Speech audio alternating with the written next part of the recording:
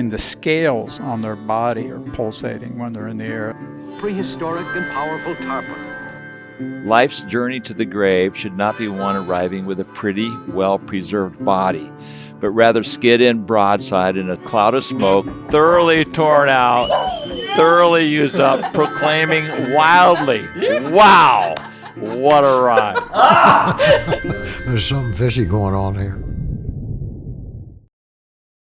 Rick, this has been a long time coming. Yeah. You're a hard guy to tackle,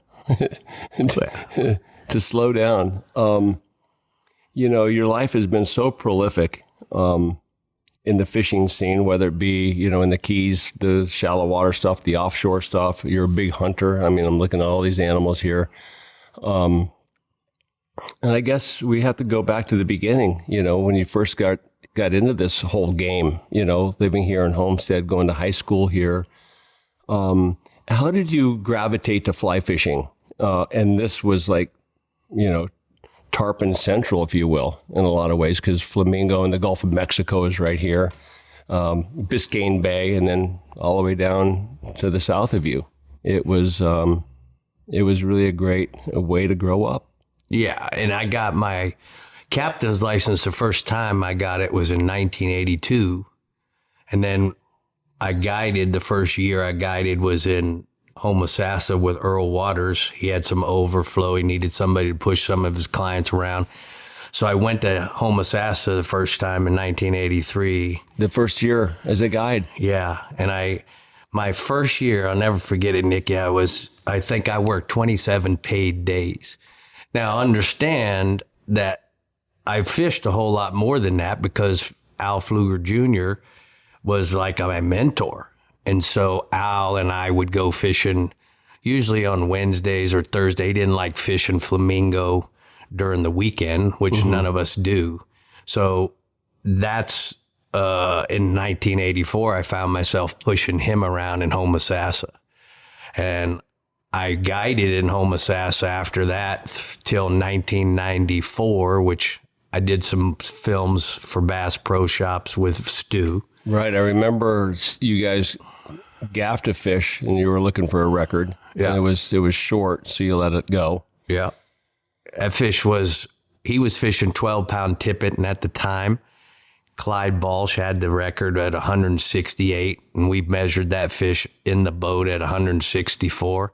Hindsight being what it is, we probably should have took him in and weighed it. Right. Because years after that, they had that Metropolitan Fishing Tournament, which was designed to help guides get work, And so we killed a lot of tarpon before you had to have carpon tags. So my mother caught one with my brother Rob, that was on 10-pound at Channel 2 on a big lure. And then Mahaffey and I killed the big one. And that's what we did back then. But because I had a lot of fish in my hands, and you would measure the fish using the length and girth measurement, and that was only within 10%. Right. So it could be 10% higher than what it said or less. Yeah, and it's also, too, a lot of those fish, like especially in Homosassa, they carried their weight deeper down into the peduncle than the Keys fish, right? Yeah. But let's go back to the beginning. Well, because, this is so many years after you started. I mean, how prolific was the fishing around here, the bone fishing in Key Biscayne, and what did you guys see in Flamingo when you guys would go out? I can't help but think it was just bonkers. It really was good. And, Andy, I didn't know anything. The first time I ever went to Flamingo was in 1974 with my stepfather. So I learned about the red fishing there with a friend of ours who Kathy and I bought our first house from, and he had been going to Flamingo for decades. And so he was like the first guy that introduced you to the water and fly fishing and Flamingo, not fly fishing at that point. Pfluger introduced me to fly fishing. I'll never forget it in Palm Lake in the month of March. And they were laid up everywhere. And he said, "You want to try to catch one?" And the relationship I had with Albert while I was trying to learn how to cast, he would hook these big suckers in in Homosassa, and he'd be tired and it wasn't a record. It'd be 150 or 160 pounder, and he'd say, "You want to fight him, buddy?" And shit.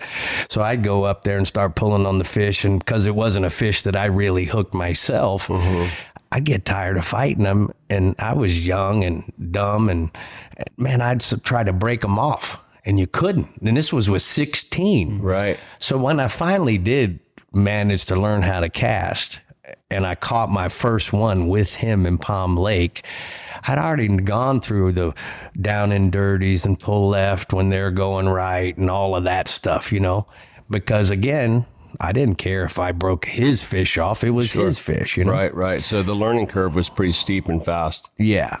And then you stand just like everybody else. You stand in the grass and try to learn how to cast, and, so, Albert wasn't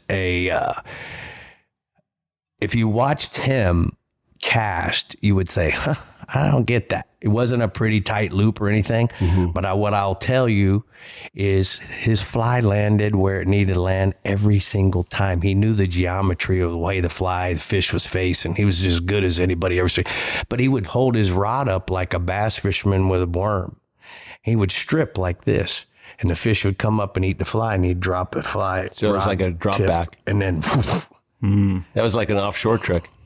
Yeah. Very, very interesting. But I heard also too that he was not a very good fighter of fish.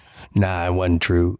No, when was he good. wanted to catch the fish, meaning thinking, "Oh, this fish may be the one," he'd rip their face off. But there was times when we were in Homosassa where he'd pull on the fish a little bit, and then he'd let somebody else have it, But no, he could, when he wanted to, he'd rip a fish's face off. Oh, very interesting. Because you hear it from other guys, because everybody has stories about each other. Tom Evans about Billy Pate, and he would go over the horizon, and 12 hours later, they're still pulling on the fish, and they run out of gas. The electrics are dead, and the headlamps are all dead, Wilhelmina Pate is what he would always refer to Pate as. Of course, yes. Who were some of those early guides in Biscayne Bay and Flamingo where you would go down there and be like, "Oh, that's so-and-so. I can't get in that guy's way"? Well, so that's a great question. And when I started, there was already Bob Branham and Bill Curtis and a guy named Frank Garisto. They were and Lee Baker, and those guys were guiding the prominent guides. They're the ones that would get all the first phone calls for the Bay, whether it was working with a hotel and when somebody'd come to town. So I was recognized that right away. And then you had the Montgomery brothers in Key West, and you had all the guys already in Isla Morada. But there wasn't many guides in Flamingo. There's a guy named John Emery, and he died shortly after I started because he got melanoma. He was Ralph Delph's brother-in-law. So that kind of left this big void. And remember, guys, outboard motors then, you only had a limited amount of range. So there wasn't a lot of guys that would venture very far to Flamingo. They would get to Flamingo, fish right out front of Flamingo, but there wasn't many dudes going around the corner. Yeah, they weren't going around the corner. So what I recognized was, it's really important here. Learn as much as you can about Flamingo. Maybe you could be that guy that gets the call first, but at the same time, you got to make sure the Keys. You got to learn the Key West. You got to learn the backcountry of Flamingo. You got to learn the Bay, because my hope was that if you had a client where you got great personalities and everybody gets along, you enjoy being with one another, then that guy doesn't have to go fish with Bill Curtis in the Bay. He could go fish with Rick Murphy, or if he wanted to go to fish permit in the Keys during a certain time of year in Key West, because he wanted the adventure, then hopefully he would say, "Okay, come on, Rick." He knew there was probably a better guy for that area, but he enjoyed being in the boat with me, and that's how I built that first book of business. Yeah, so it was more of a friend-based business than a client or like a guide base. I mean, a lot of guys eventually, if you take a look at all the best guides, they might only have 8 to 10 guys for the entire year. Yeah. Like Raskop, you know, and you can't get in. Yeah. Right. and that makes it better. But unfortunately, I know that it's the downside of that is if somebody happens to pass and you got 40 days booked with that guy, how do you find somebody else to pick up those 40 days? That's correct. So a lot of people are apprehensive of doing that. That's correct. But also, too, the fishing was so good back then, you didn't have to run very far to find good fish, right? Yeah, but I saw during that time they had Paul Perdome or whatever his name was that brought in the black and redfish recipe. Mm-hmm. And they killed a lot of the redfish at Flamingo. Even though it was a national park, those fish would venture off outside of the park. And there was a time when we put 15 boats on the water one time. We had Susan Cocking, Jim Hardy there write an article. And the whole idea was how many redfish we're going to catch in that one day. And this was when red fishing was really at its all-time low in the park.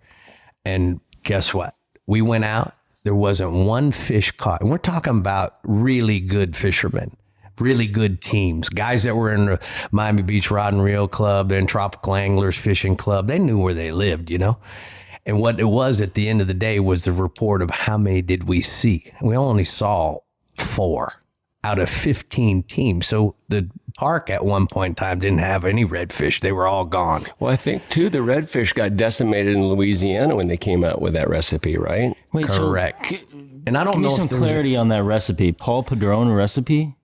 He created the black and red fish redfish yeah. Oh, interesting. recipe. So you would take a fillet and put the blackened seasoning on it. And and I know, and after now, you could put it on an amberjack and it's all going to taste the same because it's blackened. Yeah. Right, interesting. Yeah, and it really decimated the biomass. Yes. And I think that's when they started putting more stricter regulations on fishing. Before that, we were able to catch 10 per person in the park, and there was no slot limit. Mm-hmm. Were you guys killing a lot of fish back then? Yeah. Yeah. Who would have known? Yeah. I can remember on Father's Day of 1974 going with this friend of ours that showed it to me and showed it to my stepdad and eventually we showed it to Rob. And wow, we caught 30 and they were all 28 inches and put every dang on one of them in the cooler. Mm-hmm. You mentioned Rob. What kind of a youth did you guys have together, fishing together? Great. Fishing together, fishing with separate boats. I mean, did you guys push each other pretty hard that enabled you guys to get better? And that's typically what happens when two people are like, you're doing the numbers game. I got to outfish that guy, and he outfishes you, you outfish him. Did you feel that competitive drive to get better as fishermen? Well, you got to remember, Rob and I, when he was young, and I'm already an adult or a upper teenager, we're 8.5 years difference in age. So I'm here 16 years old driving him to intramural football practice. You know what I mean? So it wasn't until he got into high school to where we started fishing a lot together. And, he was fly fishing already. He started fly fishing when he was 8. Mm-hmm. So he was fly fishing before I did. But eventually my interest was watching him, fly fish. So that's kind of how it started for me. And then Pfluger helped me learn the basics of the casting, and then the rest is history, Right. When did the offshore scene come into play for you? Well, I won a tournament when I was 21 or 22 years old, fishing with a guy that I worked as a part-time before I was able to guide full-time. I worked at a gas station at nighttime. And this guy was a head mechanic. He had a 21-foot center console, and we went out and dropped some baits on the wreck and ended up catching a 284-pound Warsaw grouper on 20, and winning that tournament. It was a tournament out of Miami Beach. So I always had that offshore interest, especially if it was jigging, catching a fish down deep and not knowing. Right. I didn't know about the kite fishing until I started fishing with Ray. I did a tournament series called Sportsman's Tournament Adventures, and Ray and I put together that, and we put it on the air and filmed 13 tournaments. And it was big time fun, sponsored by Viking, and Ray had such great contacts, and so we did that series, and then we had in 2009 we had a recession, so to speak, and all that stuff went away, and so that's why there was never a second season of Sportsman's Tournament Adventures. Right. It's amazing how prolific you've been in your life, because you won all these tournaments and the skinny water fly fishing stuff offshore, also the redfish tour. Yeah. Your interest, the spectrum is just amazing. I was going to say, so you were fishing Flamingo, Biscayne Bay, the Upper Keys, and then you guided Homosassa. Where did the professional redfish tour fit into all that?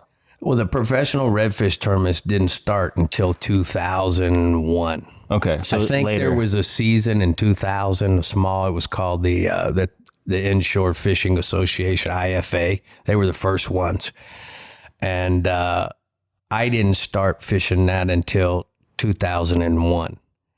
I think there was a few tournaments in 2000, but I wasn't involved in that. Was there a lot of money in the redfish tour? Is that why you went to chase those tournaments?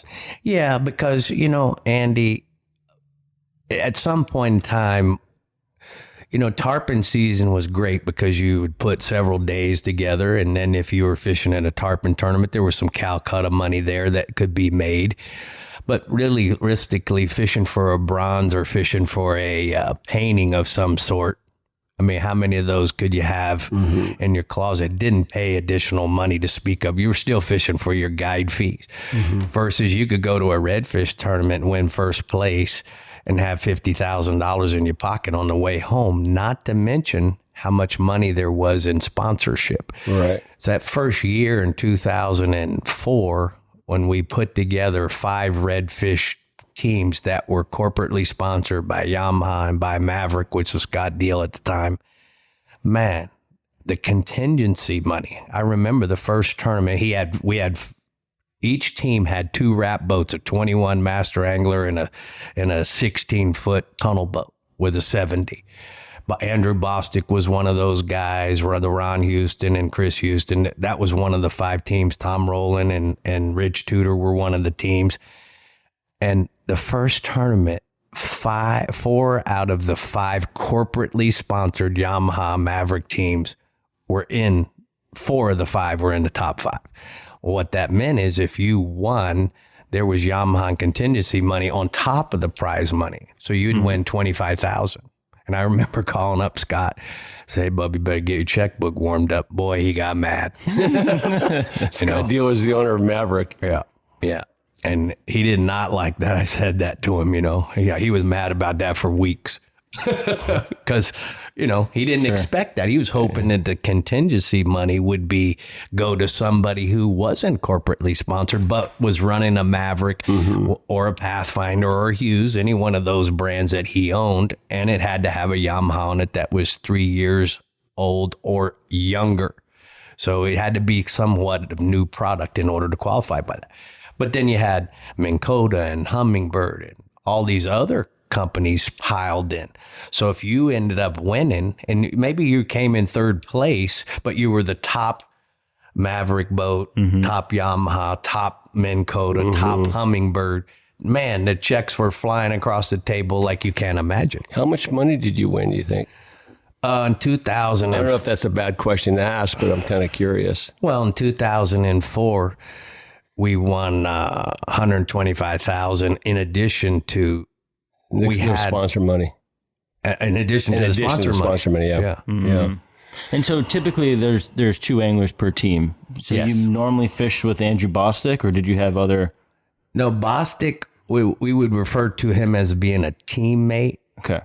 Because he was guys that we shared information with, But my team angler or my co-angler was a guy named Scott Guthrie, and before Scott there was a guy named Jeff Page, and Right. I've heard I of him, fished with Page in 2003, and then I fished with Guthrie in 4, 5, 6, 7, and 8, and then went back to fishing with Page and won a national championship with Page in 2014.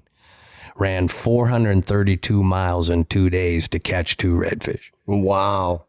Let me ask you about that. We were talking before we got started here about about scouting and, going to Louisiana and fishing against the locals there or going elsewhere. I mean, did you guys fish throughout the year to try to get ready for these tournaments and understanding the fishing dynamics and the tides and where these fish were? How much homework did you have to do? A lot. And what we would do a lot of times is we would go 2 weeks before. And so we would be fishing the same tide. Yes. So whenever we would do our pre-fishing, so we'd go there, especially if it was someplace in Florida, it was a Florida event. We may say, okay, well, we're going to go for 3 days to Titusville. And then we'd go back there 2 weeks later. And if you were lucky, you got the same conditions or similar conditions, and it would pay off. Right. I remember wasn't there a photograph of your head with all the numbers and stuff, like the mad scientist on the cover of like Redfish Nation, which was like bass. That was a great photograph. Yeah, they that was one of those things where they said, you know what, let's do an article about being in the mind of a redfish pro. Right. And so they put my bald head on there, and then they superimposed all of those images. Yeah, it was really good. It was cool. Is that where your love for speed came from? Because you've always had skiffs with the fastest motors on them. No, I think you were doing that before the Redfish Tour. So we're going to blame two people on this. I'm not taking the blame all of myself on this. So my first year, I started guiding the same time that Randy Towle, same year that he started guiding. And Randy's always been so good at building his own boats. So he had a Terry Bass boat hull, and he built the flats boat deck and put a 200 horsepower motor on the back. And he ran by me between Robbie's and Papa Joe's. And I said, And then a few weeks later, I'm running into Sandy Key Basin, and I hear something, and I look like this, and I don't see anything. And I look back over here, and here goes Delph running past me with his action craft with a 225 on the back. And he went blowing by me, and I said, shit, this ain't going to happen much longer. I had a 115 Johnson on the back of my huge, Then next year I went to a 140, and then later on I said, nah. I'm going to win something today. It's going to be the race. Yeah, I'm not going to catch a fish, but we're going to win the race. Did you ever have any scary situations going real fast in boats? Well, me and Mahaffey were running through Little Conkey Channel one time in one of the tournaments. I don't remember which one it was, Tarpon tournament. And how fast were you going? It was in his 17 with a souped up 115, and we were probably doing 53 or 54. And back then that was really fast. Mm-hmm. And the boat bit and went like this and almost threw us both out. Oh, high-sided almost. Yeah, it went like this, and for whatever reason, it turned that way, even though we were going to the left, almost threw us both out. We didn't talk for 45 minutes after that. I remember when Hoover had the same, he had a Maverick with, I think, a 115 with a chopper prop on it. And we came out of the lower Keys, and Tom Rowland was racing us on the outside. We're running down towards Key West. And you know how everybody is, like, we're not losing, right? But it was kind of rough. And all of a sudden, the boat was like midair and like sideways. And I'm thinking, this is not worth it. No, let's not do that again, because now these boats are going close to 80 miles an hour. There's one in the garage that does 88. Yeah. With 88. 88, and that's with the 21 Chittum with a 300. No, 250. 250. Yeah. So why? Because you can, right? Mm-hmm. Have you had it 88 miles an hour? Yeah. For a short period of time. Well, and it's everything's got to be perfect to get to that. Yeah, for sure. Yeah. But knowing that you can go that fast for me is kind of like, ooh, this is cool. Well, if you take a look at it, especially if you're in tournaments, you're saving fishing time. And when it gets, at the end of that week, it's how many shots are you going to get? It's a numbers game. Were the bonefish, tarpon, and permit tournaments, I don't know if you fished the permit tournaments, I'm sure you have, but were those tournaments a real big driving force for you early on? Yeah, I think the one that really, I fished my first tournament was in 1987. It was the first year the Holly had gone to all catch and release. So you got a little bit of that fever. I wasn't competitive. I was still learning, you know. But then there was a point in time, and you know, I want you to know that all of this happened because of a team thing. It wasn't a Rick Murphy thing. All I had to do was recognize that a person had some talent. Mm-hmm. And I figured at that point in time that together we could do this and catch them. You know, in the first year I fished with Mahaffey, I think we came in 4th, but I recognized that guy could catch a bonefish on the ocean, you know, and he was really good at bone fishing. And that bonefish lead was very similar to what you may have if back then when we were fishing on the ocean. So that part was part of it. But then when the red bone came into play, that really tweaked my drive, competitive drive. And it may have been because of the age, because I played baseball in high school and played football in high school. So everybody, you know, wanted to succeed at something, you know, and I think that was all part of it, you know. But that red bone, I just wanted to win, I think, it worse than anybody. What would you say was your greatest win? Man, there's been a lot of them. The one red bone with Scott Deal and Mark, where I was the celebrity angler and catching 60 redfish, 48 on fly in one day. Wow. 12 on a spoon. So everything was on artificial. So you catch 60 redfish in one day, and then 5 bonefish the day before that. You know, that's a good number. Was a big deal. And then that's how I got this watch. You know, because Rolex was a sponsor, and they gave away to the grand champion of the series. We won the series. They would give away a gold Yachtmaster, and before the tournament, we had already won the Bay Bone. I'm not the Bay Bone, but the Slam in Key West. So Scott had a stainless steel watch. So I said to him, if we win the series championship, Scott, you're never going to wear that gold watch. And he said, you're right. I said, well, how about if we would trade that for 2 or 3 stainless steel and gold watches? He said, okay. So when he won and they gave him the watch, I took the watch over to Ray Sullivan, who was the president of Rolex at the Chica, and I handed it to him. I said, can you get 3 stainless and gold with blue faces, one for me, one for Croca, and one for himself, all consecutive serial numbers. Very cool. Yeah. But watch aside, that win meant more to you than winning the Gold Cup. No. Right. The Gold Cup's I mean, that's tradition.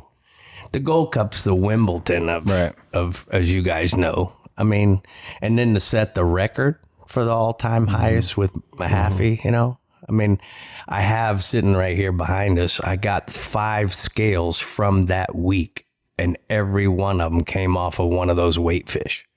So there's a 155, a 145, whatever they are over there. You have it in a shadow box, or what do you? No, it's right here. Oh, that's cool. Oh, they were stacked up right there. Wow. We have an 82, an 88, a 92, 145, and a 155, and that was by Wednesday of that week, and then we had 11 releases after that. That's cool that you kept those scales. Very cool. They fell off, and they were in the boat, and I said, you know what?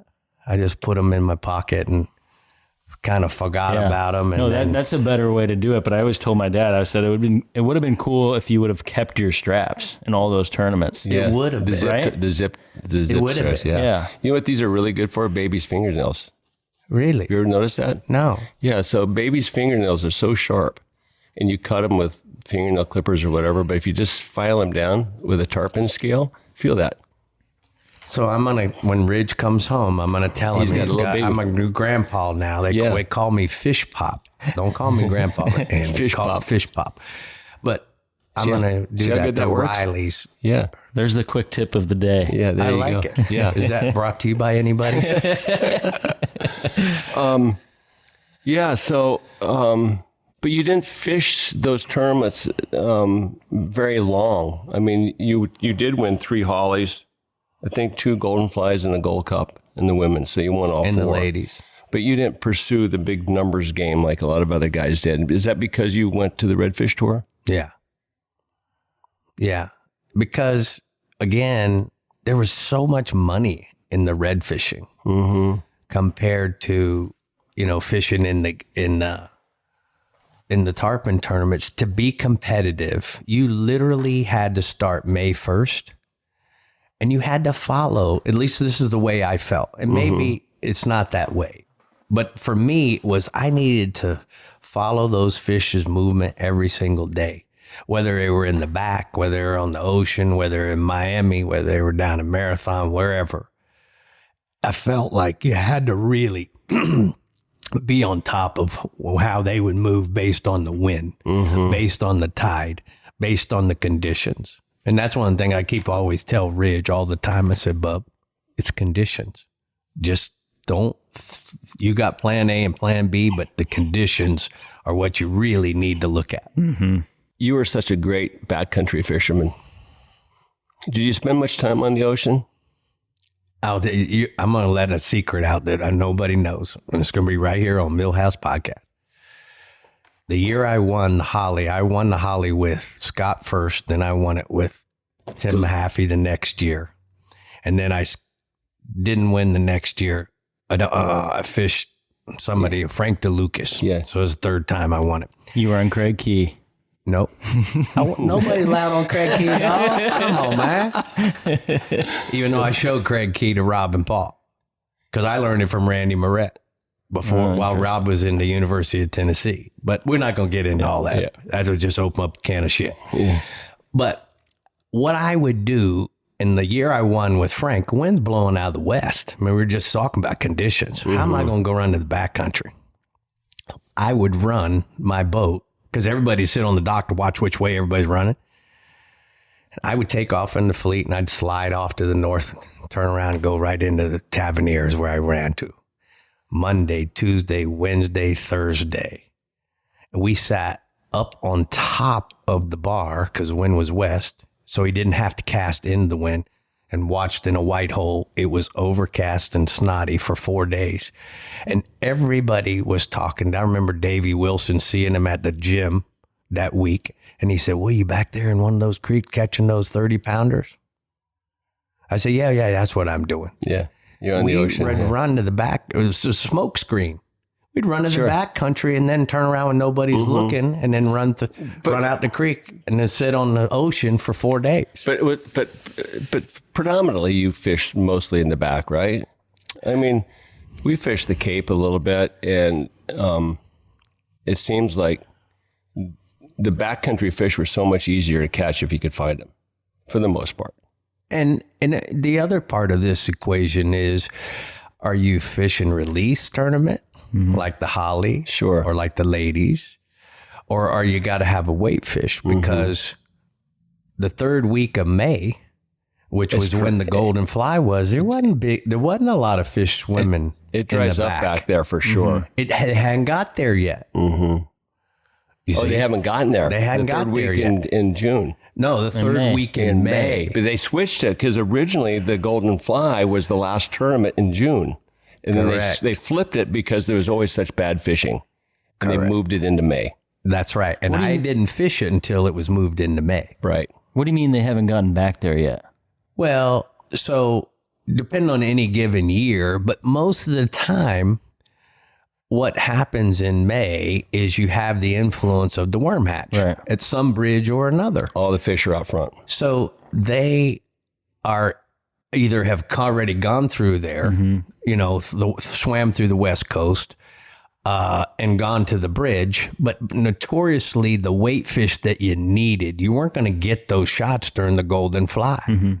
It just wasn't that alive. And it didn't do you any good to pull into some place and catch a 50-pounder. No. because that wasn't going to It's a get you. release. Yeah. And and I know you got to have some release points, but until you get a weight fish, that doesn't matter for anything. Right. Yeah. Right. Interesting. What made you as good as you are as a fisherman in general? Surrounding myself with people that could get it done. I think great anglers, or recognizing their talent there. And Well, then, also, too, you got to find the fish. I mean, it's a team deal. I mean, you got to have an angler in the bow that can catch the fish that doesn't want to be caught. We've said that 1,000 times. But you also have to have the guide on the back that can find the fish that doesn't want to be found. And you were one of those guys that could always find fish. And if you were in a tournament, in order to win, you had to beat Rick Murphy and whoever he had. I was more, as an angler, a lot of times, most times, actually all the time, more concerned with a guide. Because a great guide can get an average angler into fish. Right? yes, Because he can find the fish that want to be caught. yes. I was never afraid of a great angler with a terrible guide or an average guide. I was more concerned with that boat that had a great guide. And if that great guide had a great angler like you and Mahaffey, you had your work cut out. So as a guide, I would think I'm going to try to find that angler that can catch the fish, even though I might not be in fish that are easily caught. I want to find that angler that's really good. And when I was always trying to find somebody to fish with in a tournament, I knew who I wanted to fish with. I wasn't going to find just somebody who was available.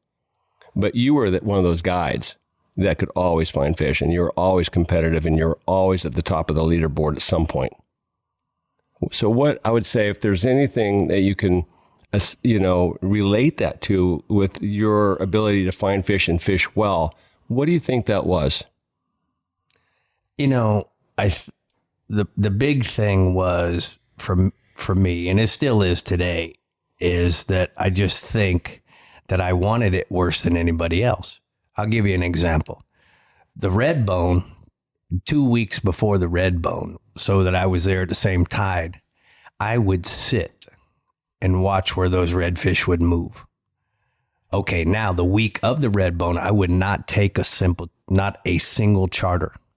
Started on Monday, I'd go there and I'd fish from daylight to dark and watch what they would do, because I just wanted to win worse than anybody, I think. Now, let me ask you this. Were you fishing for these fish or just watching them? Not fishing At all? watching them. Yeah. And watching where they'd move, what little crown they'd bump up on. Well, the same thing applied.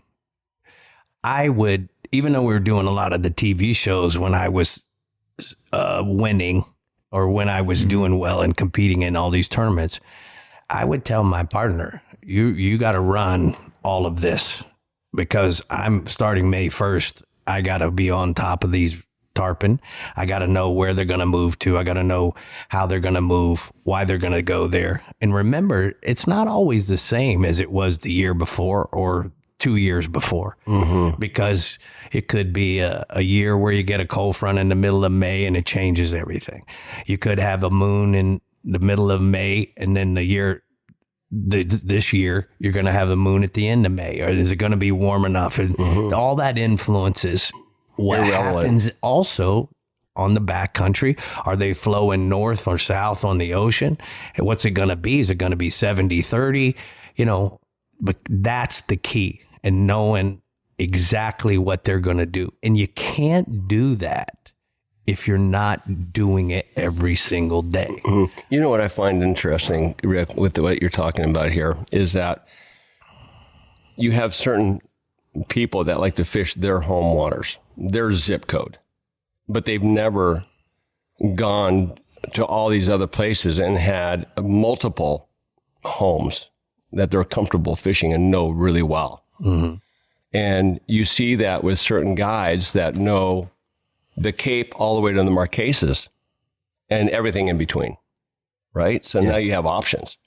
And you were one of those guys that had an unlimited, your curiosity was not limited.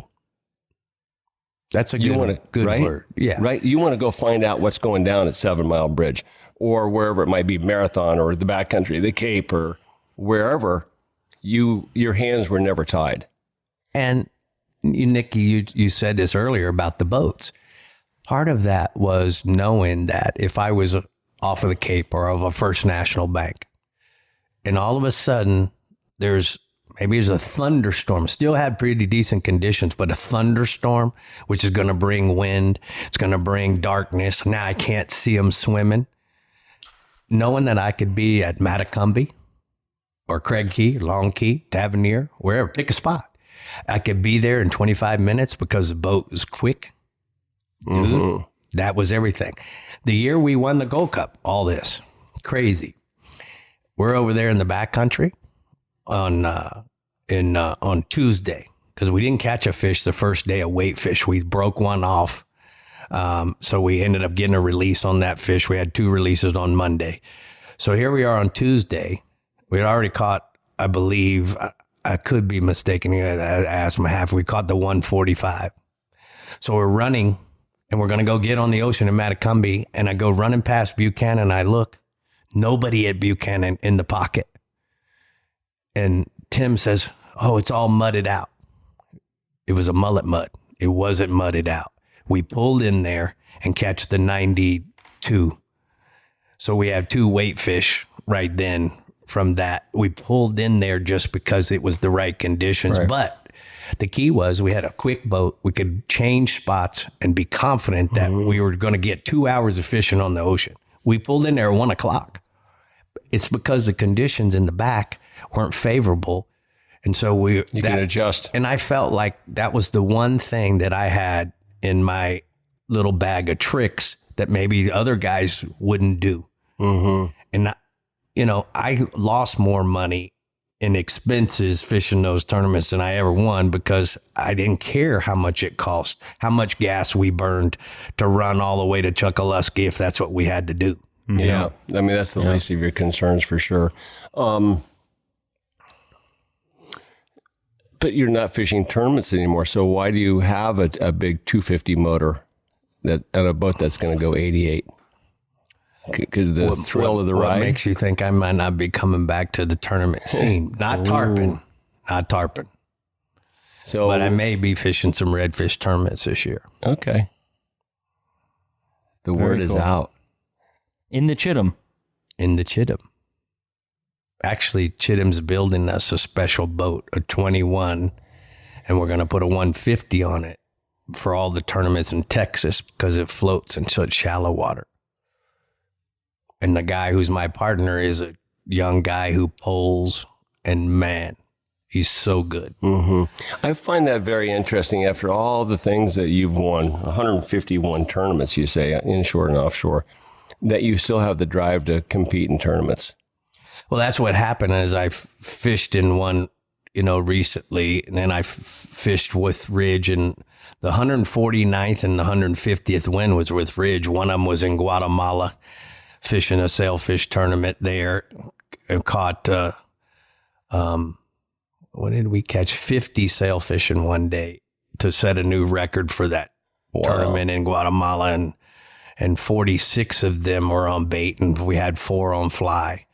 So, that kind of re-sparked some of this. And then I've just fished a tournament with my co-host from the Florida Insider Fisher Report. It was just a tournament to raise money for one of the guys that has a lung infection. So we're raising some money for helping with his health care.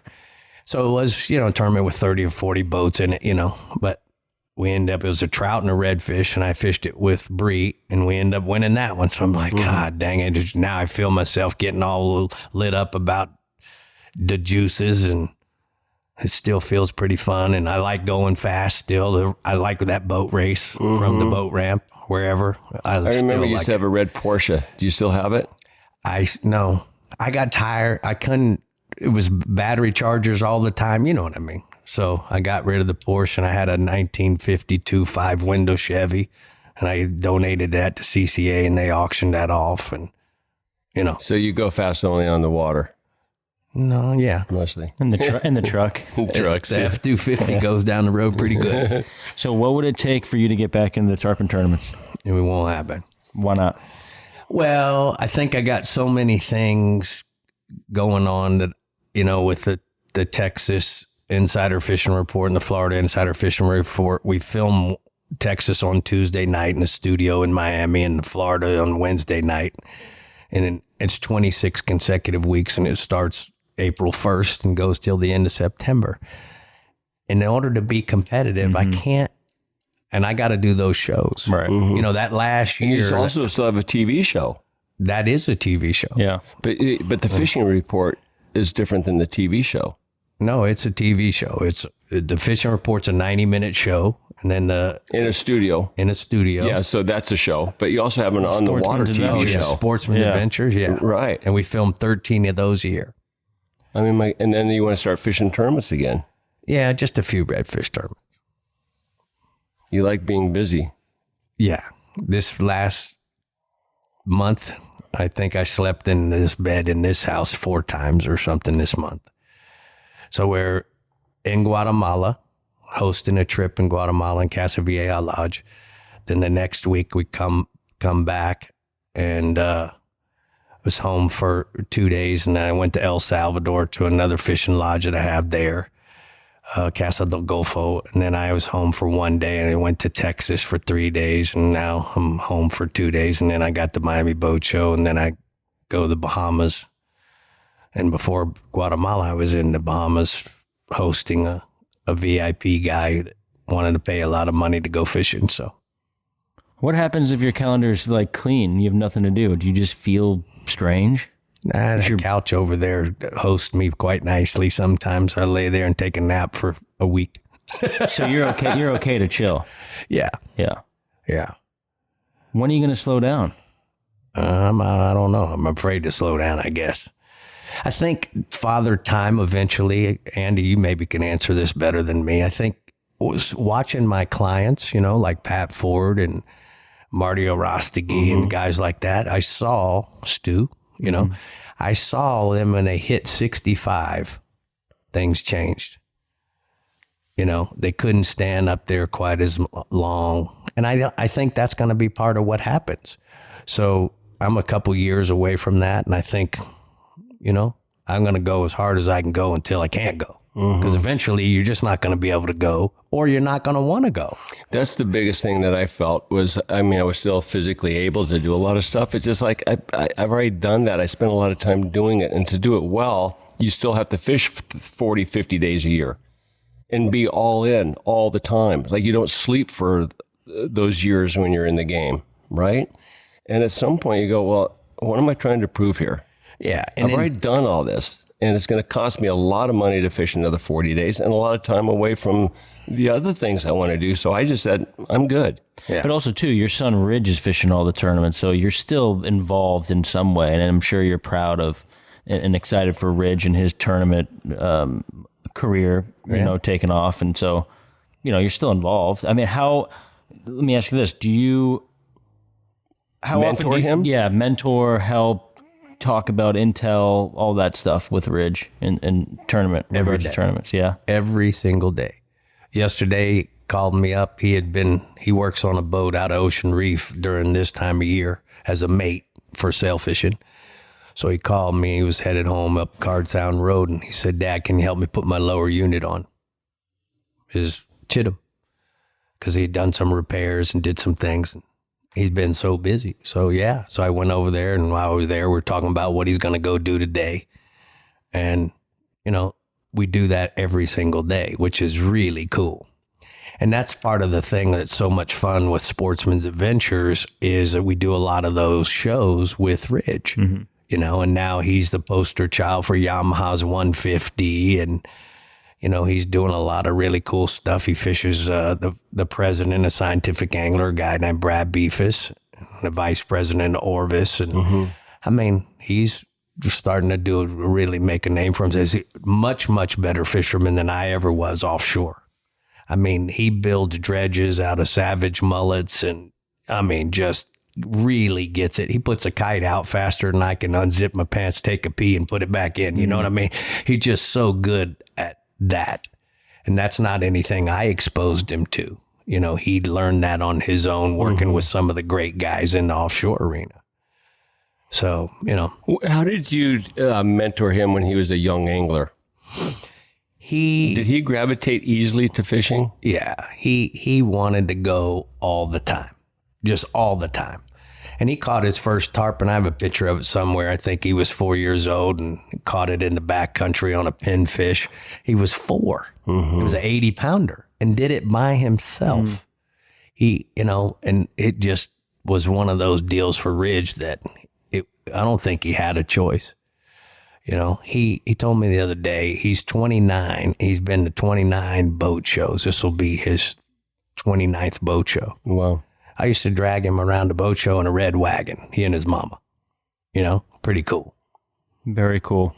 Before you say anything serious, Andy, I think that this is the appropriate time to finally tell the audience. I was just going to say the Rick Murphy story. We've been holding this story for so long. I was just going to say maybe I should expose the most embarrassing moment of my life. It was during one of the tournaments in the Keys in Isla Morada, and you were supposed to be what is it? What's the restaurant over there where we get Trading our lunch? Post. Trading Post. You were supposed to be at the Trading Post at like 4:45 in the morning. Well, that's where you get all the lunches for the day before. Yeah, go ahead and tell everybody. You go in, you get your chickens or whatever you order, your sandwiches. You go in there because we leave the dock at 6, so we always go get our lunches. We go over and we have coffee, and then we get in the boats and take off for the day's fishing. I go in there and I see you checking out at the first register. And I look over, I glance, I see you. Now I'm on the hunt. I'm going to mess with you, right? So you've heard this story. So I go around the far register on the left, and I get on my hands and knees, and I'm crawling around like this. I'm not looking up. Nobody can see me. And I go around the corner, and I see Rick's shoes over there. He's facing, the register. And I come crawling over, and I reach up between your legs, and I grab your gooch. And I'm hanging on, and you're jumping, and you're like a mullet, flipping. I'm not letting go. I said, I got you. And I couldn't. It was so exciting for me. And all of a sudden, you spun around and broke loose and looked down, and it's not Rick Murphy. It's some random dude. And he looks down, and he goes, what the fuck are you doing? And I'm looking up, and I go, you were supposed to be somebody else, And then I see you like 15 minutes later over at the breakfast joint. I said, dude, you were supposed to be over at the Trading Post.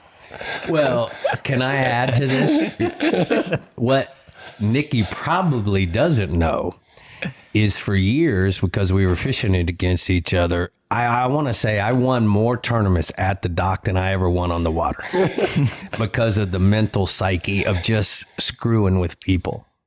And Hay and Hoover were the best.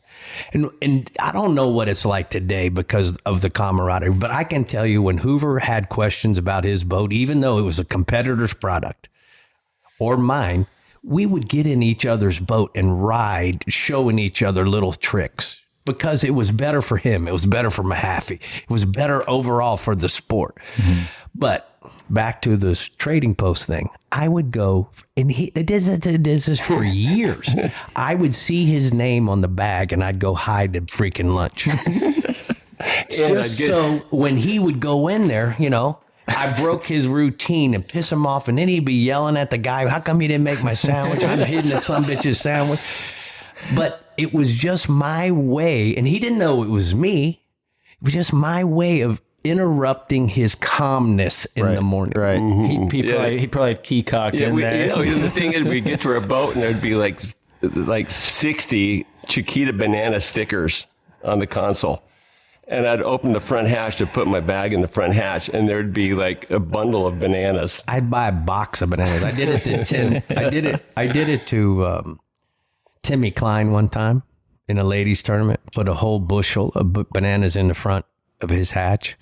I come out after breakfast, getting ready to get on my boat, and the bananas are laid out all over. And he's sitting there eating them one at a time, like some guy in a zoo, you know. Yeah. And he says, "I don't believe in the banana shit." And he beat my ass that year in the tournament for sure. Oh, yeah, of course.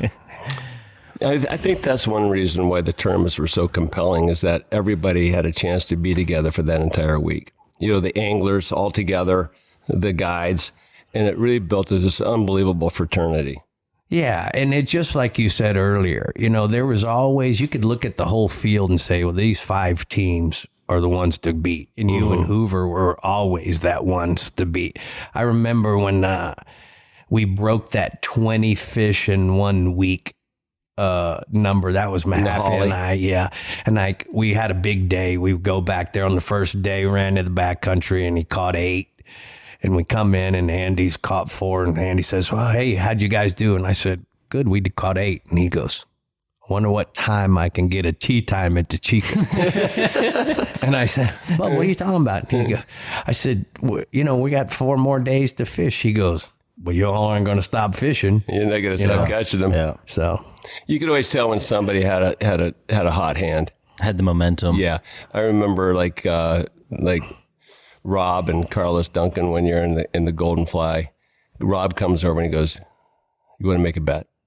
I should have known right then not to bet him, because they had a spot and they were whacking them. And the very first day they caught like 4 weight fish. And it's like, oh my God, this is going to be expensive. That's why it's like so impressive what Dave Preston and Luis Cortez are doing right now. I mean, man, the competition is so freaking great. And they've won It's so hard to win, and they've won 4 in 5 years. 4 in the last 5 years. I mean, that's impressive. That is very impressive, for sure. Well, if you don't mind, we've been trying to do this podcast now for a couple of years because you had the plane crash in the Bahamas, and then there was lawsuits, and you were in recovery. I can't imagine what that ordeal was like. And if you don't mind, I'd love to just have you walk through this, because you'd rented a plane, fly to the Bahamas, and you end up you crashed into the ocean. You guys ran out of fuel. yeah. I mean, So that you- makes no sense. But you were talking about a team, So you got a team, the pilot, and you got a client. There's the team. So I have flown with this guy before quite a few times out of this charter service. And so he was a very competent pilot. There was a time where he was flying me to Jacksonville, and he said, Rick, it's bad weather. We're going to land and be safe. So we sat to wait the weather out. I had to go up there and do something for the boat show. So the guy is very capable, but we all have bad days, and this guy had a bad day and almost killed me, So, it's tough sometimes. Dude, I can't imagine. Yeah. Well, anyway, so here's what happened. We're flying over there, and we get about 15 miles from Chub Key, which is where our house is, and there was a thunderstorm between us and the airport, and basically you had to fly VFR, which is not under the controller's thing, because we were letting down. We were going from 8,000 feet to 2,000. So in the airplane, there's 4 tanks, and essentially you have fuel in the 2 tanks, and they're all gravity fed and fuel pumps, and we don't need to get in all that crazy shit. But they put gas in 2 tanks at the airport, and he put the fuel valves on the wrong setting, the wrong tanks. The Pilot. So what ended up happening is we crashed in the ocean in 6,000 feet of water at 100 miles an hour like this. Oh my God. And essentially, You ran out of fuel. So did he say anything in the cockpit when you ran out of fuel? So the first we get over the tongue of the ocean, and we lose the first engine, the left one, at 2,000 feet. So he gets the plane trimmed so he can fly on one. And I said to him, Alex, why don't you try to start that motor now that you got everything all settled? And he goes, well, we're flying pretty good on one right now.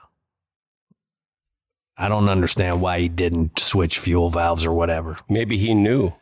He knew.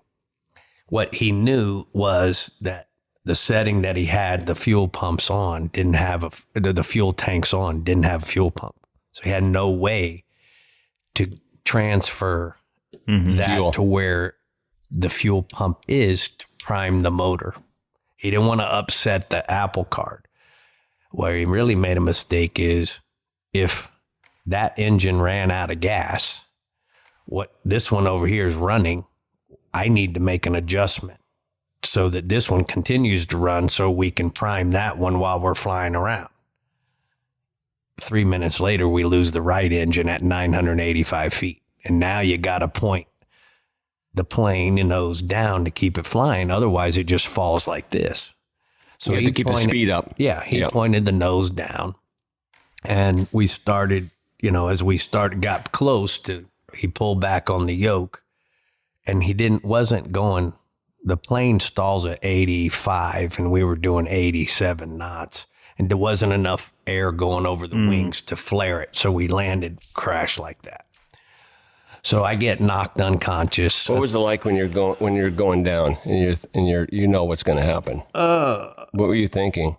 You weren't thinking you're going to die. You're just thinking, hopefully he's going to flare the plane and we're going to skip along the top. It wasn't really rough, so that wasn't really a concern. And then I remember right before we hit the water, like just yelling, fuck, to try to help mentally absorb that impact of what was going to happen. And I was knocked unconscious. Something hit me in the face. That's why I got this scar. It broke this bone here, which severed that nerve. So I don't feel anything here anymore. Broke my nose in 2 places. Something went through here. That's like, got that. Fuck. Broke my back in 7 places. Broke my neck. Shattered a pelvis. Tore my abductor. So I was knocked unconscious and I wake up and the water's up to here. And I look over at him. I think he probably thought I was dead because of all the blood that was on this side. And he's still flying the plane. The plane's filling up with water. He's not trying to get out or save himself. He was in shock, So I said, Alex, we got to go. And man, his head almost flipped off his shoulders. So we swam to the back of the plane. And the plane, when it hit, dug in on the right side and spun around and blew the back door open. That was a godsend thing because we didn't have to worry about opening. The back door is already open and the plane's filling up with water. So we get out of the plane and 15 seconds after we cleared the door, I turn around and make sure he's okay. And the plane sinks to be never seen again. So I say to him, see that island over there? And it's 2 miles, 3 miles away. I don't know how far. I said, we got to get to that island. He goes, why? I said, well, one, we did put 2 maydays out before we crashed and they were both answered. I said, if they're coming for us, we don't want to be here. We don't want to be in the water with all this blood. Because I'm bleeding out of my nose, bleeding out of the top of my head, bleeding out of my mouth. I don't know if I'm bleeding internally, So you're talking to him while you're treading water. Yeah. And the mistake we made is as soon as we lost an engine, we should have put life jackets on. We didn't do that. Just, you don't think, You think you're going to make it. Yeah. And then I don't know if there was a life raft on the plane or in the plane. I don't know. But we came out and there was a pillow that Kathy had bought me for a Christmas present. Those high density foam pillows. Yeah. And it was in a box and I put that underneath my arm. And he grabbed a soft-sided cooler and he used that as a flotation device. And I just started swimming, and he said he's coming with me. And about every 5 minutes I'd turn around, I'd yell. Because I'm thinking if I can get to that island at low tide, I can walk home. I don't know how bad I'm hurt. I just know I don't want to be in that water. Right, you got to get out. How long can you tread being all broken up like that? I mean, you're limited to time. Yeah. And your adrenaline, good God, you can't imagine that part of it. That's probably what saved my life is just the adrenaline from the whole thing, Did you have pain at the time or were you too much shocked to have pain? I had pain here because this was starting to swell and it ripped my eyelids off. So, I was like, you're just bleeding like crazy. And I had this big old bump on my head from whatever that hit me, So that was hurting, but that was the rest of it, you're in a weightless environment. And saltwater, you're even more buoyant. So between that and swimming, been doing the best you can. And I would call to him every 5 minutes. I'd say, "You coming, Alex?" "Yeah." Well, about 50 minutes into the deal, he didn't answer. So I said, "Oh, shit. He dead. He died. He quit swimming, whatever." And so I only had to worry about me. So I swam, and then a rescue boat, because a flat skiff came and found you, right? No, it was a Mako, a little Mako. 20-foot Mako. Okay. One of the bonefish guides Right. picked me up. Yeah. So that he picked you up before you got to the island. Oh, yeah, I never made it to the island. What was the really crazy part is we're swimming, and I looked down the reef line, and this is probably about 8:45 is when we crashed, so I don't know what time it was at this point, but I would assume there was guys going fishing. There was a sport fish boat run by us and never saw us. A guy was on his phone while he's running on autopilot, and that was a pretty sick feeling. And then I see another boat, a center console boat with his outriggers out. And I said, now, am I going to abort my plan and not go to the island? Should I start swimming so maybe I can intercept that guy? Because he's trolling down the reef line, Sure. So I kind of said, I'm going to go that way, try to intercept that guy. And then I looked, and maybe 3 minutes into that plan, I see two boats coming down the edge of the reef line going like this, like they're looking for something. And I put that pillow up in the air. They found you. And where was the pilot at this time? When they asked me if there was anybody else, and I said, well, if he's still alive, he should be, and I pointed to the southwest of me. I say he should be over there somewhere, and they found him a mile away. Wow. So I don't know if he quit swimming, if he ever did start swimming, whatever. Right. Wow. So then they put me in the boat and took me. There's only a clinic at Chubb. There's no hospital, So then I had to use the police officer's phone to call Kathy, and that was the bitch. I What can't was that imagine. conversation like? Oof, not good.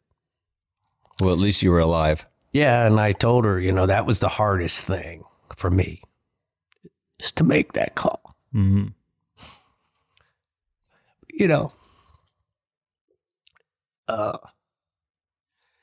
I think we can all relate that in our relationships with whoever they are, we all have our role, and I was always in this family. We did everything together as a family, but if there was a problem with the kids at school, I fixed it. If there was a problem in business, I figured out how to fix it. And now all of a sudden you wake up and you're broke, and and now you got to be fixed. You don't even know how. How'd she fix you? Yeah, she took over like crazy, you know what I mean? And by the time I called her and I said, look, I don't want to go to Nassau. You got to get me out of here. So she found a plane to pick me up. And they picked me up and flew me into Miami International. And she met me there, and they put me in a EMT and ran me to Jackson. She had already had it all planned out, But it's hard because you didn't know. The PTSD part of this whole thing was not knowing how to ask for the help. You know what I mean? Right. That was hard. Right. Because you're not used to getting help. You're used to Being able being to do the it one on to your do own. it all. Yeah. So that was the hard part. Do you have nightmares about this plane crash? No, the physical part of it. No, it's. I think because we're so exposed to all the crazy stuff on the water, it was just another event. The hardest part for me, which took 3 years probably, because we were in a back brace for 39 weeks and a neck brace for 13 weeks, and then going through the physical part of it and all that. But the hardest part for me was the PTSD, and the PTSD part of it for me was not that part, crashing. Nah. Mm-hmm. But it was how to receive the help, how to ask, That's the hard part. And you get a better understanding of these guys that go off to war, and then they come back, and they feel like, oh man, I'm a burden on the family. This is a big problem for our family, you know. Then you go fight all that depression part. Oof, that's the part. How's the depression now for you? It's good. Yeah, it's you okay? Good. Yeah. You know, I spent And how a lot about of the physical ailments? I'm stronger now than I was before. And I was in really good shape. I was 59 when that happened, and I'm 63 now. And I think that's probably what saved me, is being in the physical shape, you know, spending a lot of time in the gym, doing a lot of walking. I can't run, you know, because it jars the neck. But I was at the end of my running career anyway, you know what I mean? But is getting back into the tournament scene a little bit, is that a way to make you feel whole again? No. The reason why I want to go back and fish redfish tournaments, I want to do it for Chitham. I think they have a tremendous product. And what I've seen with their product that I never experienced in my career was that they have a boat that will float where all those Texas boats can run, but they can't float. So we're accessing... You can fish skinnier water. We're accessing fish that nobody can get to. And it's amazing the pressure wave, or the lack of, how close you can get to these fish. And it's not been that way for the last 10 or 15 years. Redfishing got pretty hard because of redfish tournaments. And now all of a sudden, I think you have a tool that you go, holy moly, this is a game changer for us. And I want to do it for Chitham, and I want to do it for Yamaha. You want to do it for the money. I want to do it for the money. For the money. Yeah. Have we missed anything about this plane crash and your injuries? You know, because this is such a big deal. To be able to survive. I've survived car accidents where people have died, but I was 9 years old. But to survive a plane crash into the ocean, no one survives that stuff. You're right, because you think about this. If you're in a car crash at 100 miles an hour, what's your chance of survival? Even with airbags. Now, all of a sudden, you crash in a 1980 vintage airplane with no airbags. You know what I mean? So in an ocean. In the ocean. And that water is pretty hard. How deep was the water, if you have to guess? 6,000 feet. It's in the tongue of the ocean. Right. So, man. I know it's going to feel a little strange the next time you get on an airplane. Oh, let me tell you, it's the first time I went in an airplane, it was a jet. And I had to fly to Texas to shoot a commercial for Pro6, one of our sponsors, a Texas show. And I had my camera guy here and Bree sitting next to me because she's going to be in the commercial. You know, that's my co-host on the Fisher Report. And I cry all the way there. But the funny part was, I never lost my sense of humor, I'll tell you. So we get there, and the stewardess, she checks on us a couple times, sees me, I'm upset, and Bree's telling her, and Bree's holding my hand all the way to Texas, you know, and we don't have that relationship, you know. So we get on the plane, and my camera guy goes first, and Bree's following him. We go past the stewardess, you know, they're all standing there at the front of the thing. How you doing? She says, I hope you have a good day, sir. I just can't believe she broke up with me, like on the airplane. She turned around and smacked me, you know. And it's just like when I was in the plane that brought me home after the crash. I'm still all busted up. My head's all bandaged up. I can't move because the abductor muscles are torn apart. My pelvis is all jacked up and everything. And Kathy pulls on my leg because they had the door open to the caravan, you know. And she says, well, how you going? I said, well, I had better days, you know.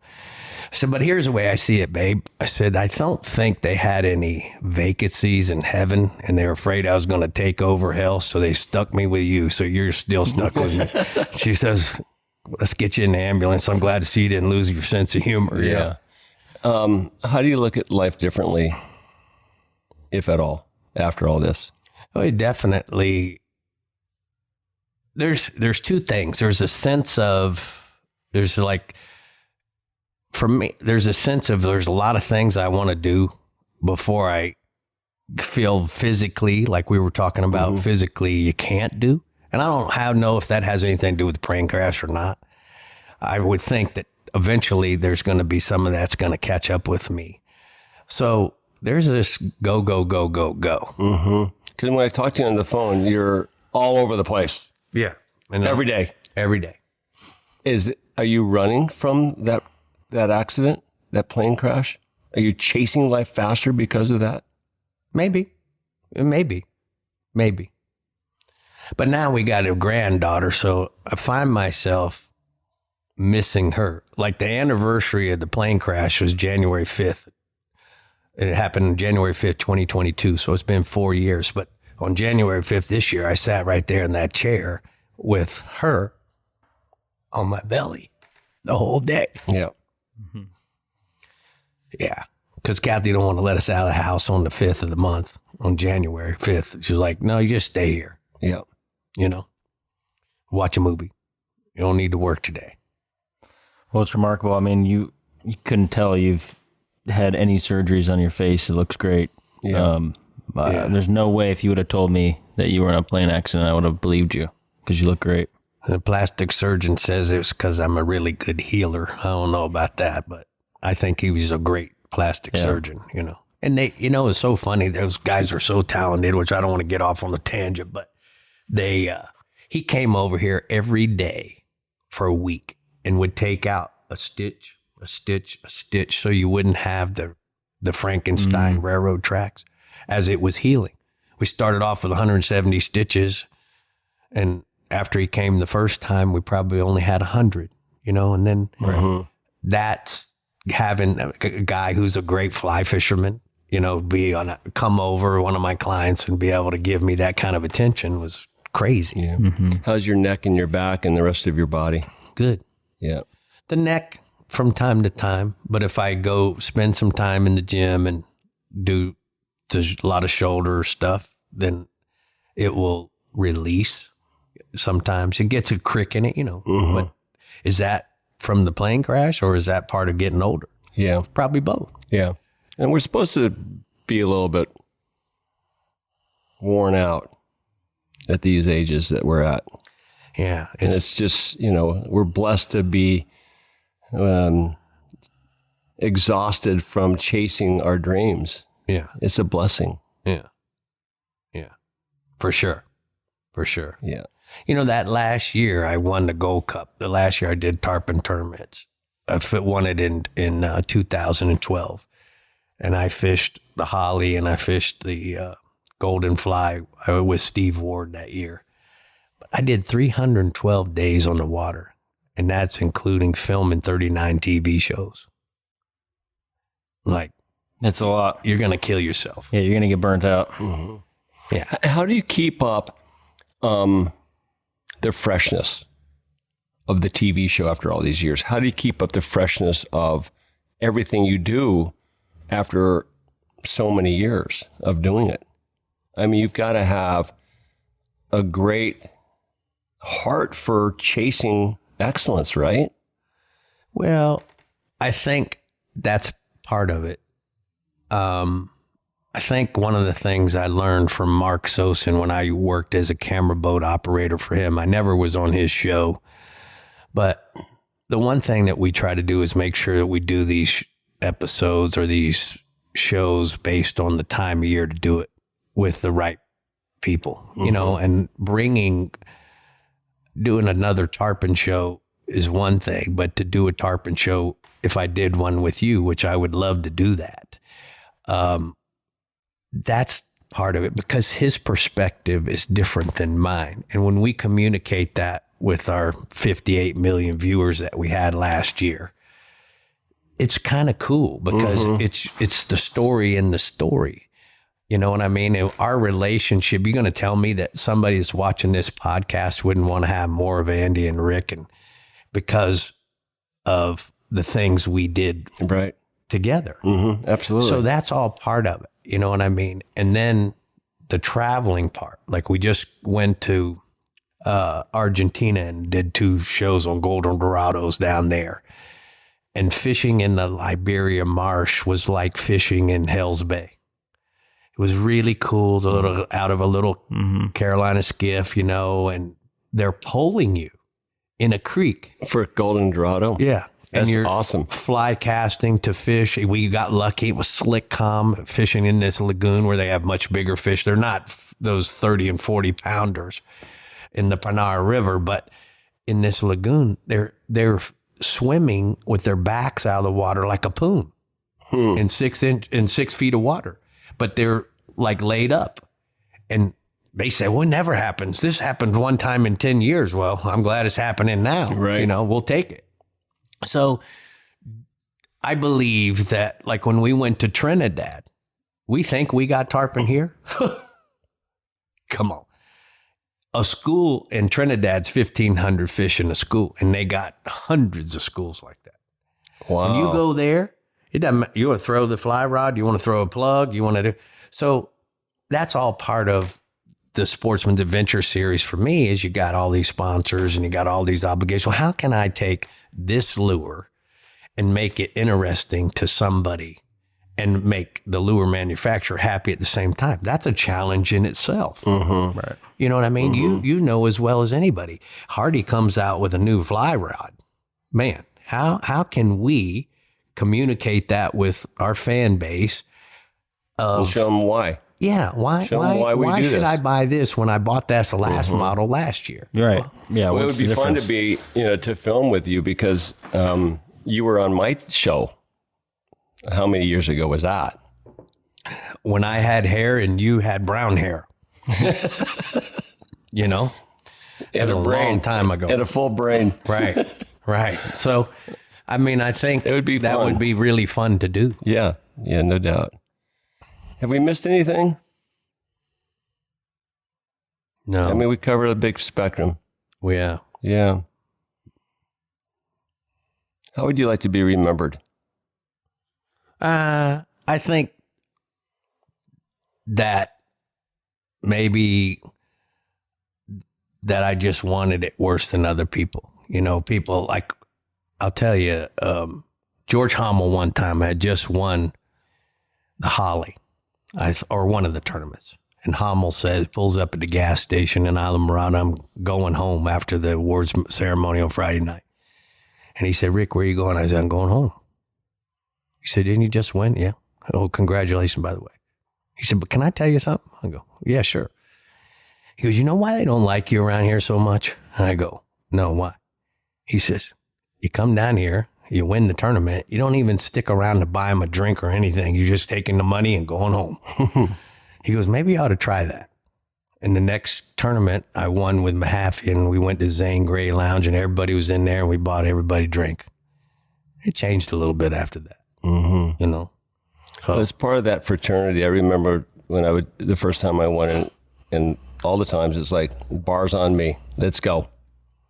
well, you didn't give me that memo, Andy. So now I'm going to, Nikki, is it okay for me to go backwards and blame him for that? He went to Homestead. with his tail between his legs. Yeah. No, we had a great time. Anyway, thank you, Rick, and thanks for sharing your story. I know it was a time we couldn't do anything. You were recovering. There was a lawsuit involved, but your story is so prolific and vibrant in so many different chapters of your life, and I appreciate you sharing that with us. You're welcome. Thank you for having me. We've had a lot of fun over the years, and we got to have some more. Yeah. I was going to say, for years, people are like, what? Why can't you guys get Rick Murphy? I mean, you've gotten everybody else besides Rick Murphy. And we're like, listen, we've been trying to get him too. Don't worry. I just We're thought not because missing I out. wasn't part of the clique. No. Thanks so much for coming on, Rick. My pleasure. Enjoyed it. Absolutely. Thank you. We'll see you soon. What I saw is West Side Story. What I saw is just a